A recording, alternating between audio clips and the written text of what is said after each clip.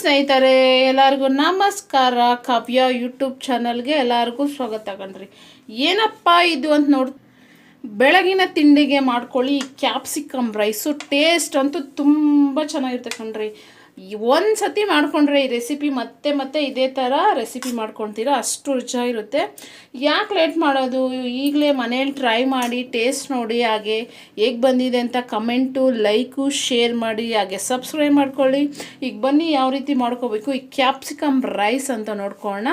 ಯಾವ ರೀತಿ ಮಾಡ್ಕೋಬೇಕು ಈ ಕ್ಯಾಪ್ಸಿಕಮ್ ರೈಸ್ ಅಂತ ನೋಡ್ಕೊಳ್ಳೋಣ. ಮೊದಲಿಗೆ ನಾವು ಒಂದು ಸೀಕ್ರೆಟ್ ಪೌಡರ್ ಮಾಡ್ಕೋಬೇಕು ಈ ಕ್ಯಾಪ್ಸಿಕಮ್ ರೈಸ್ಗೆ. ಮತ್ತು ಅದಕ್ಕೆ ನೋಡಿ ನಾನು ಒಂದು ಫ್ಯಾನ್ ಇಟ್ಕೊಂಡಿದ್ದೀನಿ ಪೌಡರ್ ಮಾಡ್ಕೊಳಕ್ಕೆ.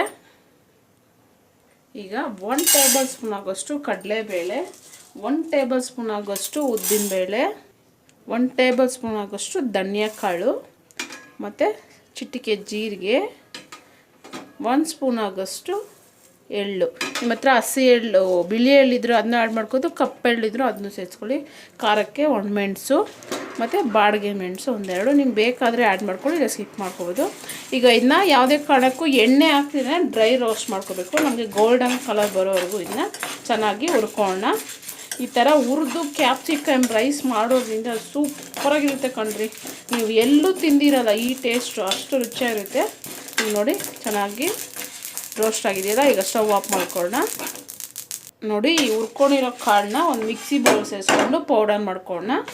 ನೀರು ಹಾಕ್ಬೇಡಿ, ಪೌಡರ್ ಮಾಡ್ಕೋಬೇಕು. ಈಗ ನಾನು ಪೌಡರ್ ಮಾಡ್ಕೊಬರ್ತೀನಿ. ನೋಡಿ ಒಂದು ಮಿಕ್ಸಿ ಬೌಲ್ ಸೇರಿಸ್ಕೊಂಡಿದೆಯಲ್ಲ, ಈಗ ಪೌಡರ್ ಮಾಡ್ಕೊಳ್ಳೋಣ. ಇದನ್ನು ನೋಡಿ ಈ ಥರ ಪೌಡರ್ ಮಾಡ್ಕೊಂಡಿದ್ದೀವಲ್ಲ, ಇದನ್ನ ಈಗ ಸೈಡಿಗೆ ಇಟ್ಕೊಂಡು ಈಗ ನಾವು ಕ್ಯಾಪ್ಸಿಕಮ್ ರೈಸ್ನ ರೆಡಿ ಮಾಡ್ಕೊಳ್ಳೋಣ ಬನ್ನಿ.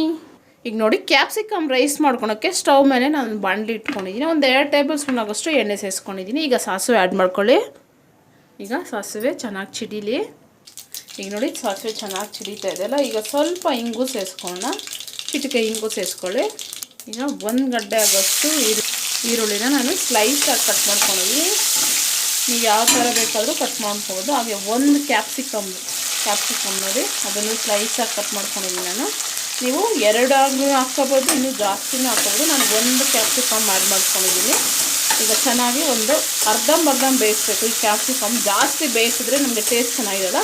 ಅರ್ಧಂಬರ್ಧ ಒಂದು 50% ಬೇಯಿಸ್ಕೊಂಡ್ರೆ ನಮಗೆ ತಿನ್ನಬೇಕಾದ್ರೆ ಸ್ವಲ್ಪ ಚೆನ್ನಾಗಿ ಅನಿಸುತ್ತೆ ಈ ಕ್ಯಾಪ್ಸಿಕಮ್ಮು. ಈಗ ಸ್ವಲ್ಪ ಕರಿಬೇವು ಸೇರಿಸ್ಕೊಳ್ಳೋಣ. ಈಗ ನೋಡಿ ಚೆನ್ನಾಗಿ ಫ್ರೈ ಆಗಿದೆ. ನಾವು ಮೊದಲೇ ಪೌಡರ್ ಮಾಡ್ಕೊಂಡಿದ್ರಲ್ಲ ಅದನ್ನ ಸೇರಿಸ್ಕೊಳ್ಳೋಣ. ಈಗ ಲೋ ಫ್ಲೇಮಲ್ಲಿ ಸ್ವಲ್ಪ ಹೊತ್ತಿನ ಫ್ರೈ ಮಾಡ್ಕೊಳ್ಳೋಣ. ಈಗ ರುಚಿಗೆ ತಕ್ಕಷ್ಟು ಉಪ್ಪು ಸೇರಿಸ್ಕೊಳ್ಳಿ. ನೋಡಿ ಚೆನ್ನಾಗಿ ಮಿಕ್ಸ್ ಮಾಡ್ಕೊಂಡಿದ್ವಲ್ಲ, ಈಗ ಸ್ಟವ್ ಆಫ್ ಮಾಡಿಕೊಂಡು ನಾವು ಮೊದಲೇ ಮಾಡಿಟ್ಕೊಂಡಿರೋಂಥ ರೈಸ್ನ ಮಿಕ್ಸ್ ಮಾಡ್ಕೊಳ್ಳೋಣ. ಈಗ ನಾನು ಮೊದಲೇ ಈ ಥರ ರೈಸ್ನ ಮಾಡಿಟ್ಕೊಂಡಿದ್ದೆ. ಪುಡಿ ಪುಡಿಯಾಗಿ ಮಾಡ್ಕೊಳ್ಳಿ, ಆಗ ನಮಗೆ ಟೇಸ್ಟ್ ಚೆನ್ನಾಗಿರುತ್ತೆ ಮತ್ತು ನೋಡೋಕ್ಕೂ ತುಂಬ ಚೆನ್ನಾಗಿರುತ್ತೆ. ಈಗ ನಾನು ಸ್ವಲ್ಪ ಕೊತ್ತಂಬರಿ ಸೊಪ್ಪು ಈಗ ಚೆನ್ನಾಗಿ ಮಿಕ್ಸ್ ಮಾಡ್ಕೊಳ್ಳೋಣ. ಈ ಥರ ಎಲ್ಲ ಹೊಂದ್ಕೊಂಡೋಗಿ ಮಿಕ್ಸ್ ಮಾಡ್ಕೊಳ್ಳಿ, ನೀಟಾಗಿ ಕಲಿಸ್ಕೊಳ್ಳಿ. ಈಗ ನೋಡಿ ಚೆನ್ನಾಗಿ ಮಿಕ್ಸ್ ಮಾಡ್ಕೊಂಡಿದ್ದೀನಿ. ಈಗ ರೆಡಿಯಾಗಿದೆ ಬಿಸಿ ಬಿಸಿ ಕ್ಯಾಪ್ಸಿಕಮ್ ರೈಸ್. ಟೇಸ್ಟ್ ಅಂತೂ ತುಂಬ ಚೆನ್ನಾಗಿರುತ್ತೆ ಕಣ್ರಿ.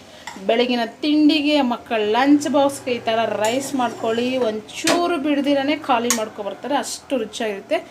ಯಾಕೆ ಲೇಟ್ ಮಾಡ್ತೀರಾ, ಈ ನಾಳೆನೇ ಈ ರೆಸಿಪಿನ ಮಾಡಿ ಮಕ್ಕಳ ಲಂಚ್ ಬಾಕ್ಸ್ಗೆ ಹಾಕಿ, ಹಾಗೆ ನಿಮಗೂ ಗೊತ್ತಾಗುತ್ತೆ ಎಷ್ಟು ಚೆನ್ನಾಗಿದೆ ಅಂತ.